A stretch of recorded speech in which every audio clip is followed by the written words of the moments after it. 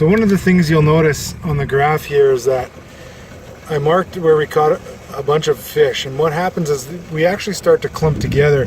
So the reason why is these fish are on these 7 to 8 foot shallow flats, and they're relating to weed patches, big giant weed patches, and every time we'd come across a weed patch we'd catch a fish.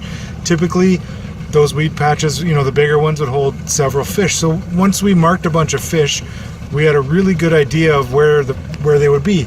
So we just connected the dots and trolled from dot to dot. Turned out really well.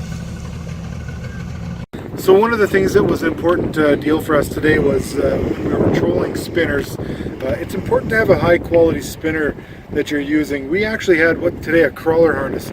We found that on single live bait rigs they were actually missing the hook in some cases. So by having that second treble on the back, really, or the second hook on the back, really helped us hook up with those fish.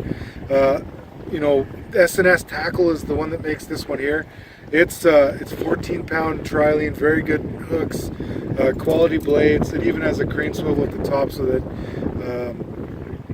it doesn't twist at all. And your connection to your bottom bouncer is metal on metal instead of metal on line, if you look here. So it was important to have that second hook today, but it doesn't matter what brand you guys use as long as it's a good quality one.